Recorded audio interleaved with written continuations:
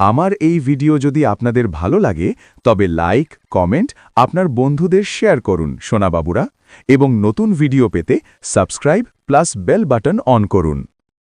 আমরা এখন যাচ্ছি কিছু পাওয়ার জন্য নয়, দেশ গড়ার জন্য।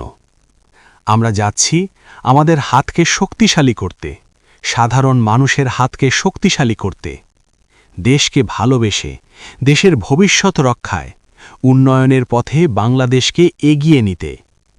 ন্যায়, গণতন্ত্র আর দেশনায়ক তারেক রহমানের ৩১ দফা বাস্তবায়নের লক্ষ্যে দেশনায়ক তারেক রহমানের হাতকে শক্তিশালী করতে এই আমাদের অঙ্গীকার।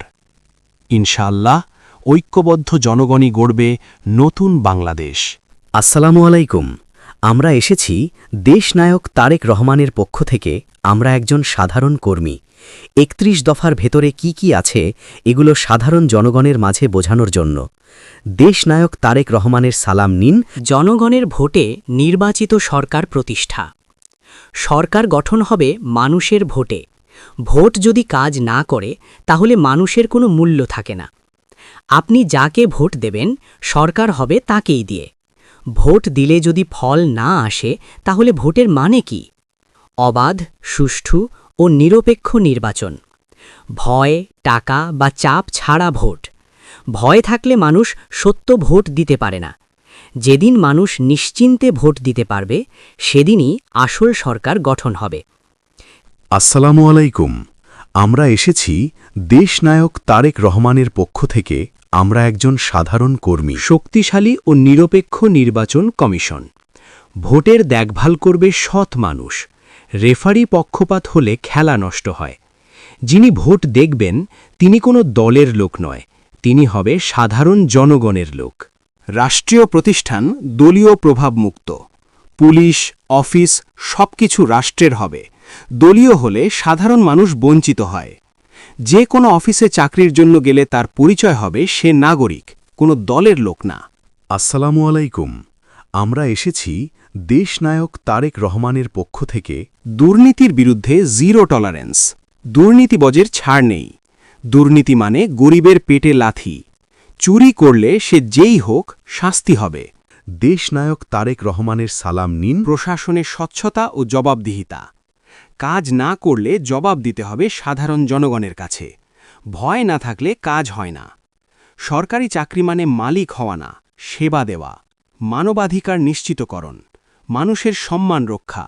ভয় থাকলে মানুষের প্রতি মানুষের ভালোবাসা থাকে না। কথা বলতে যদি মানুষ ভয় পায় তাহলে স্বাধীনতা কোথায়? কর্মসংস্থান সৃষ্টি।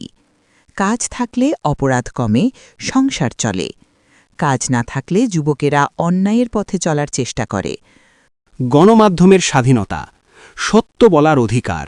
সত্য না জানলে দেশ অন্ধ হয়ে থাকে। সাংবাদিক ভয় পেলে আমাদের অন্ধ হয়ে থাকতে হবে।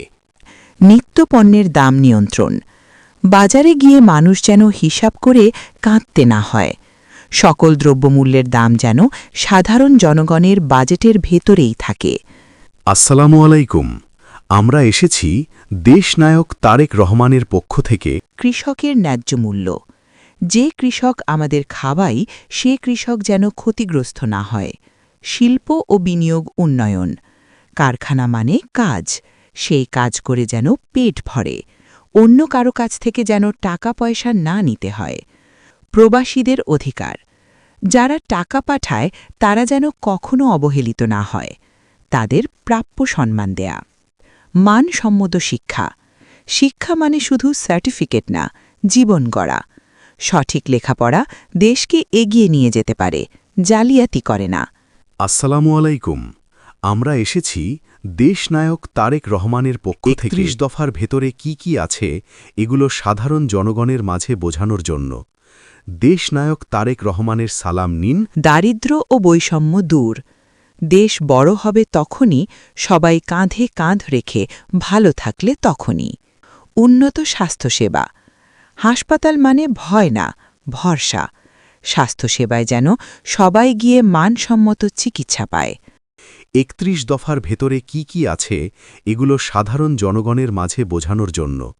দেশনায়ক তারেক রহমানের সালাম নিন। নারী ও শিশু সুরক্ষা। মা বোনদের নিরাপত্তা না দিতে পারলে সমাজ কখনোই ঠিক হবে না।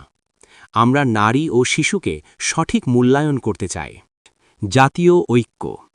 ঝগড়া না করে একসাথে দেশ গড়ার শপথ নিন। মুক্তিযুদ্ধের চেতনা। দেশপ্রেম মানে মানুষের পক্ষে থাকা, বিদেশিদের দালালি করা না। সংখ্যালঘু অধিকার। এই দেশ সবার, কারো বাবার একার না। আমার আপনার এই দেশকে সবাই একসাথে এগিয়ে নিয়ে যেতে হবে উন্নয়নের পথে।